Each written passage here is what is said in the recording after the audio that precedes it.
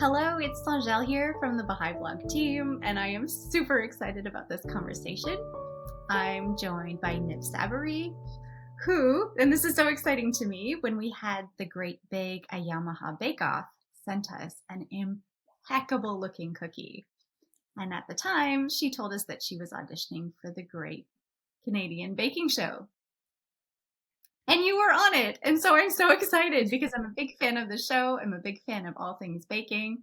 I'm not going to lie. I looked you up online and I saw some of your baking creations, your baguettes and your coq en bouche, and it just looked so impeccable. And I'm so excited about this conversation. So thank you for spending some Thanks time for with us. having me. Do you want to tell us a little bit about yourself? So I'm Niv Saberi. I live in Port Elgin, Ontario. It's a small town, about 8,000 people north of Toronto. It's on the body of Lake Huron, and we just love living here. My profession was in the nuclear industry, and so I used to work at the nuclear power plant here, and 2 years ago, I became a new mom to a beautiful daughter who's 2 now. And during that time, I just had so much free time because she was just a really easy, thank God, baby.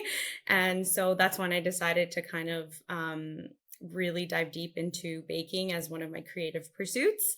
And I started teaching kids how to bake in my town. I started, baking for friends, for charities, just to practice really. And then from there, it kind of led me to applying to the show, the Great Canadian Baking Show, and getting a spot. So that was really cool. That's really phenomenal. I know I didn't prep you with this question, but I'm going to throw it your way anyway. Sure. Are there things that you bake that your daughter won't eat? She's a real big foodie. And there's honestly to date, there's been nothing that she's refused so far. And even like the savory stuff. So oftentimes I'll make like quiches with broccoli and things like that. And she loves vegetables. And it's so nice to have that love of food that I have like passed down. So that was really nice. That's excellent. I know that we had both kind of agreed that we will not be talking about the show because it's airing now and we don't want to give anything away, any spoilers. But could you tell us just a little bit generally about what that experience was like for you? Yeah, I mean, I think in order to like talk about the experience of the show, I have to talk about kind of the culture of the show itself. There's so many cooking and baking shows that you can watch, right? And so like there was not a shortage of things that I could choose from. But the reason that I chose kind of the iconic Great Canadian Baking Show is because of the nature of it. Like it's all about collaboration and cooperation and like fostering our creativities in the tent without being like overly competitive and aggressive.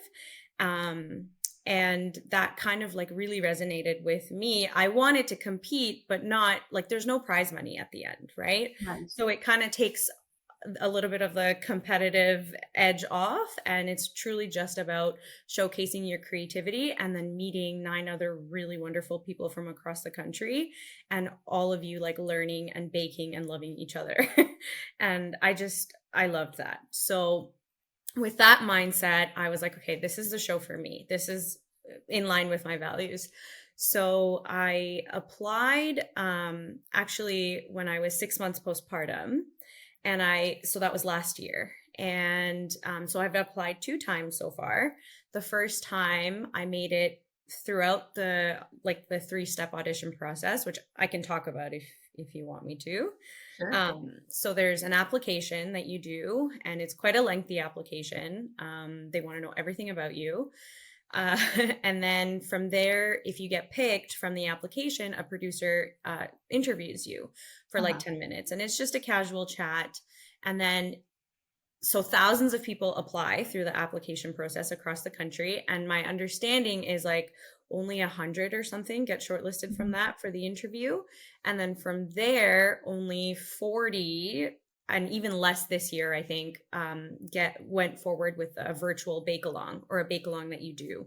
So you have to Oh, bake something with the producers, kind of firing questions at you, and yes, because that's what it's going to be like if you go on the show, right? And then you have to do it within a certain time limit and present your bake at the end of it. So they don't get to taste anything because it's virtual, right. but you are still tested on skill and like ability to talk and that sort of thing. And then from there, 10 are picked. And so last year, I got a no. And Mhm. like this And just goes, you went all sorry. that way. You went as far as that and then got a no? Yeah, I went that far and Oh, I got a no. And I mean, it wasn't like explicitly said to me that this was the reason, but throughout that process, throughout the entire auditioning process, the producers were so concerned about the fact that I was a new mom and that I would wow. have to be away from my Right, baby, who I was breastfeeding at the time, for potentially up to 6 weeks. And right. like me being the overachiever that I am, I was like, no, I can totally do it. Like, because, you don't want to turn down like an opportunity like that. I wanted them to know I was serious about it. And I had the support from family and friends. Right. And so I was like, no, I'm going to do it. If I reassured them. And at the end of it, I ended up getting a no. And in retrospect, like, it was the best no that I think I could have had in my life because I got to spend the whole first year of like my daughter's life with her, and she changes every week. You know what I mean? Like they change so fast. And having gone through the process now of actually filming and being in the tent and the preparation work that was required, the producers kept reiterating like it's such an intense process, physically, Mhm. emotionally, and mentally, that like, are you sure you want to do this? And looking back at it, like I don't think I would have been in the right mindset, and I wouldn't have given myself a fair shot in the Right. competition had I gone last year. So timing wise, I really believe in like divine timing, and it was like perfectly picked for me. Something in my heart told me like, this is not a no, it's a not now. Keep trying. Right. And Right. so I just did. And then this year, even the producers like throughout the interview process were like, there's a different energy about you, Mm. because I had like a year to marinate in the in Right. the energy of like, this is what I really want now, I know for a fact. And then it just worked out, so that was amazing. That's incredible. I have to say, Yeah. as a fan of the show and watching the show, all these things that you're describing from kind of behind the scenes, it comes through so much, especially that spirit of collaboration. Yeah. It's just, it's incredible seeing contestants kind of basically competing against themselves. Yeah, And exactly. then when there's a little bit of time left over, helping one another and cheering one another on is really incredible. I get really emotional watching the show because of Yeah, that. it really is just a feel good show. Like, and there's not that many out there nowadays, Right. A lot of it is about being cutthroat and being like, putting yourself first. And that's not at all the nature of the show. And you see that reflected in the people that you meet, like both the staff that help Right. and also the people that are picked. So that's awesome. Can you tell us a little bit about how long you've been baking and cooking? Yeah. So I came to Canada when I was 7. So it's been almost like 25 years now, which is like really nice. This is like a 25-year anniversary gift to my parents. Like, here you go. I'm on the Great Canadian Baking Show. Thanks Um, for bringing me here. Originally, my parents are Indian. I'm married to a Persian, and I've like really embraced their culture. But I came when I was 7, and like ovens were just not a thing in India when I was little. I had never seen one before until I came to Canada, and I think I really started baking when I was like 10 or 11, and it was sort of one out of necessity because I used to watch a lot of cooking and baking shows after school, like Anna Olson, pastry chef, my absolute like favorite. And then I'd be like, oh, I want to recreate this. So I started baking for my cousins and my sister and my family. But that was just kind of like following recipes and, recreating things that are pre-existing. mhm. It wasn't until like motherhood where I think it was like mommy hormones combined with like so much joy and like this energy of creation. Like I literally created a whole new You being. baked a human being. Yeah, exactly. That I was like, I like something different in me kind of unlocked that was always there, I think, but it kind of amplified, and I really started looking at baking as an art form, Mm, and it became a creative outlet for me and stuff. Like it's always helped with my mental health in the past. Whenever I was stressed out with school, work, anything like that, I would always turn to baking. And so with motherhood came some challenges too, and I expressed some of that through baking. right. I was thinking about it as I was looking forward to chatting with you. I was thinking about different art forms. Like, of course, we can't live without the arts, but Yeah. we literally can't live without food. And, Yes. and it Yeah. is an art form. And Yeah. so, could you tell us a little bit about your thoughts about the culinary arts or cooking and baking in general and what it means to community, what it means for community life? Yeah. So there's actually, I think, this quote from like Abdul Baha that like really resonated with me. And it was like that arts, crafts, and sciences have the power to like uplift the world. And baking really tied all three of those things together for me. It was artsy, it was crafty, and it was like baking is a science. And so once I like kind of discovered my passion for baking, I was like, okay, how can I kind of give this away now, right? Like, how can I use this love that I have for it and share it with others? And um, actually started teaching creative baking Mm. to kids in my community through summer camps. I just kind of took a chance on that, and I was like, let's see what happens out of it. There was a local like not-for-profit art gallery, and they were more than happy to bring me on as an instructor. And so I realized like I got so much joy from, I was exhausted at the end of the day. Like being a mom all day and then going for these classes and then coming home, and then I was like just beat, but I was so joyful and happy inside after, like seeing the kids walk home with whatever they made, no matter how good or bad it looked, they were so happy, and that like kind of bounced off on me.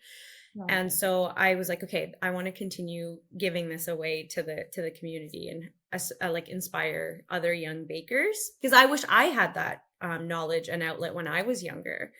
Right. And then the other thing, like the Baha'is of Saugeen Shores, we're a really small community, and so we're always looking for different ways to sort of volunteer and do service in our town. And we've actually started serving community suppers in town. So we make food, we make and serve food for like 75 people. And I've kind of had the time, not having to go back to work, to spearhead that, Right. because that's the hardest part, is like planning the menu, preparing it, and then giving everybody tasks to do. So I've like had the privilege of being able to do that part of our community suppers. So I'm really like blessed to have found this love for food, and then also a community that is so receptive of it Right. as well. That's amazing. I want to come and eat now. Oh my gosh, please. It's like a 24-hour drive to Port Elgin, but it'll be worth it. That sounds amazing. I was wondering, do you want to share any ideas about kind of the spiritual lessons that you've learned from cooking and baking? I feel like every time I enter a bake, there's like a new lesson I learn, because you just never know like how it's going to go, right? You kind of have to Right. trust yourself, trust the process. But I think my biggest lesson that I've learned is like, I love the idea that you take, all these individual components and ingredients, and then you bring them together, like agitate them a little bit, add some heat and stress, and then they come out like transformed into something like really beautiful and hopefully edible at the end. And like that to me is just such an interesting parallel for life. Like you have all these different ingredients in your life, people, your family, parents, friends, workplaces, blah blah blah, and you like bring all of those things together, and oftentimes like you are tested under some heat and stress, and you always come out better for it. Like at least spiritually, I find that any test that I've had in my life, I've always like come out better for it, whether it's physically, mentally, emotionally, or spiritually. And like I like to think your bake is only as good as the ingredients as you have. And that's the same as your life. Like your life will only be as good as the ingredients you put into it. So that's been like my biggest spiritual lesson. I have one last question for you, but I was wondering if you wanted to share any advice or encouragement for anyone who's looking at taking baking seriously. Yeah, like I thought about this one a little bit and I was like, what is the advice I would have needed to start sooner? Mm. And I think like the biggest one is obviously trust yourself and trust the process. But also just like get started. Do you know what I mean? Like there's again another quote that really resonated with me during the pandemic time, and it was like, regard each man or woman as a mine, rich in gems of like inestimable value. And oftentimes we always look at other people and are like, wow, she's so creative and she's so capable and he's so wonderful at this. But like we never reciprocate or see ourselves in that way. And so like once I started looking at myself and being like, okay, I'm a mine and what are my gems that I can bring out? And baking ended up being one of them, but also this like creative mind that I had ended up being another one. And I was like, I want to tie both of those together. But there was some like fear of failure involved. And like not all my bakes go perfect. Mm-hmm. And not ever, and like with social media, there's this like almost expectation for everything to be perfect. So not everything I bake even ends up on me on my social media. I've actually documented a lot of my fails on social media too, and I've gotten people that have been like, thank you so much for posting this, because it just makes like it a little bit, takes the pressure off of us a little bit to have everything perfect. And so I would just say like get started and expect failure, but then you always will end up learning something from it. And like be resourceful too. Like it doesn't need to be this expensive. I don't have like top of the notch equipment. Almost most of my equipment has been thrifted from our thrift store, and like you'd be surprised at how much wonderful stuff ends up at your thrift store. So like yeah, it doesn't have to be that complicated is what I mean. You just need to get started and trust yourself and trust the process. That's some sound advice. Yeah. Thanks. So I said that was my last question, but it's not. I was wondering, Okay. No. can you tell me what your favorite thing to bake is? Yeah, my absolute favorite thing, the thing that like kind of got me into my baking rabbit hole, if you will, is choux pastry. So I just love how versatile choux pastry is. There's so many different things you can do with it. Like, you know, of course, there's classic choux au craquelin. There's eclairs. There's the croquembouche. There's, you can make pasta out of choux pastry, which was like mind blowing to Oh, I didn't know me. that. Yeah. So you do the same like choux pastry, and instead of piping it onto a piping bag, you pipe it into a pot of boiling water, and it Oh. turns into like a gnocchi style pasta. So it's just so versatile, and then you can sculpt with it and create like fill it with all sorts of different flavors, and that's, I was really craving it during my pregnancy, and being in a small town, there aren't like options for fancy bakeries and like you would have in a big city like Toronto. And so again, it came out of necessity. I like invited my sister over one day and I was like, we're making eclairs because that's what this baby's craving. And then I decided to make it like an Instagram out of it and post my photo, and then it just kind of like snowballed from there. Well, is there anything that maybe I haven't asked you or anything that you had hoped to share that we didn't cover? No, I think you got everything. I just like, I'm happy to be here and speak with you. It felt really like full circle that the Great Big Ayamaha Bake Off was happening at the same time as my audition, and I was feeling so sad that I couldn't like contribute a fresh new bake for the Great Big Ayamaha Bake Off.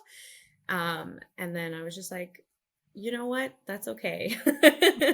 They're gonna love this cookie that I made anyways. It was So amazing. It was really thanks. beautiful. Thank And I think you. yours might have been the first submission that we received because when we decided to do it, we really had no idea what what was you going would to get. happen. And we're like, Yeah. well, I'll bake something. And then my colleagues were like, well, we'll all Yeah. bake something and see what happens. Yeah. So it was really, really exciting. So believe it or not, like when you guys posted that on your social media, I got like 10 people, 10 Baha'is like tagging me like, "Are you going to be submitting to this? Like you better be submitting something." And I was like, "Oh my gosh, guys. Okay. I will." And that's kind of what happened with the show as well. Like as soon as, applications were out, people were like, "You're applying, right? Like you're going." So that was really nice. And it happened at the same time. Like Amazing. yeah. Oh, well, I can't wait to watch it. I'm really going to look forward to seeing you Thank on you. the big screen. Thank you so much. I was in Australia actually when I found out that I was going to be on the show. I was Really? vacationing in Australia. Yeah, it was kind of a disaster. Well, I was just going to say, you said that you're also friends with some of the former contestants in Australia from their baking show as well. Yeah, because I was in Australia when I found out I was going to be on the show. So like I'm a fan of most of the Bake Off series, the British one, the Australian one, there's I think a New Zealand one, a Meilleur Pâtissier, which is the French one. But like I ended up being in Australia and then the producers were like, "Okay, we're going to need you to bake next week." And it was 2 days into my vacation. And Oh, I was like, I'm gonna be in a camper van in New Zealand next week with no access to water, electricity, or an oven. And so then I looked into like flying home early, and it was so expensive that I was just like, okay, no, I'm just gonna have to take a break for a week. And then when I get to Adelaide, I will figure something out, either bake in my husband's cousin's house or with whatever equipment she has. I didn't know what she had, or like look into commercial kitchens. right. And then I found a commercial kitchen and I rented a commercial kitchen there, which had just opened a week before I got there. Like when I talk about confirmation, like that to me is like, don't worry, it's okay, it's fine. And then I got there, I rented the commercial kitchen. The two owners, lovely ladies, they essentially like dug through their homes and brought me whatever equipment they had. But in that process, I ended up messaging a few of the Australian Bake Off competitors because I was like, surely if anybody understands what I'm about to go through, it's them, and they're going to be the closest to me. And a few responded back, and many of them were like, check out this store, or, we'll message this lady, a friend of ours. She has a kitchen that maybe you can use. And through that, like we became really good friends. I talk to them every now and then on Instagram, and it's been really lovely, like this global united Bake Off family. That's amazing. Yeah. That's amazing. Well, I have to say, like, hats off to you, not only for your skill with baking and making things look incredible, but I also just can't imagine having people like in my face while I'm cooking or baking. Yeah, that part is actually quite intense. So you're mic'd the entire time. Right. So if you even make like the smallest gasp of something going wrong, like you'll have 10 cameras rushing to you, and then they'll all be like, "Oh, this is burning. How are you gonna fix it? Why, like, what happened? Can you explain?" So on top of like troubleshooting and trying to fix whatever that has just gone wrong, you're also like answering questions, trying to finish in time. Like it was intense. But it was so cool. I can imagine. Yeah. Absolutely. Well, and like you said, there's no cash prize at the end. It's No, just a just cake plate. Cake plate, and of course, like, bragging rights. right, Like, so, yeah. right. Well, and the stakes were even lower for Baha'i blogs, a Yummy How Bake Off, because Oh, there's yeah. no plate. There's just we're all just gonna show our pictures, and it was No, so sweet to see. Someone made dog treats, and then there was a junior youth group that baked together, and then there were that's families so baking cool. together, and it was really Yeah. wonderful. Yeah, when I was in a different town, in university actually, before I even like again knew what I was capable of with baking, me and a few of the Baha'is in Whitby decided we're going to do baking devotionals. So we used to get together and at my friend Carmel's house, and we used to bake a thing, and then we would do prayers and devotions after. And so like if I just look at my life and I connect all the dots of every time I've like gone back to baking for spiritual, mental well-being, it just like makes sense that I'm here now. Kind of. Yeah. Oh man, that would have been amazing to like say prayers while you can smell things in the Yeah, oven. happening in the oven. And then each person would have their own little treat to eat and or take home. So yeah. Oh, that's a And good then idea. here with my junior youth group, I've done a couple baking devotionals with them here as well. And so that's been a lot of fun. They've enjoyed it. Usually before I try anything out in my like teaching classes through the art gallery, I'll try it out. They're my guinea pigs. And I'll like, so what did you like about this part? And what, what could we change so the kids have a better experience? And they're great. Thank you so much, Niv, for spending this time with us. I really, really appreciate it. No worries. Bye. Enjoy the show. Thanks.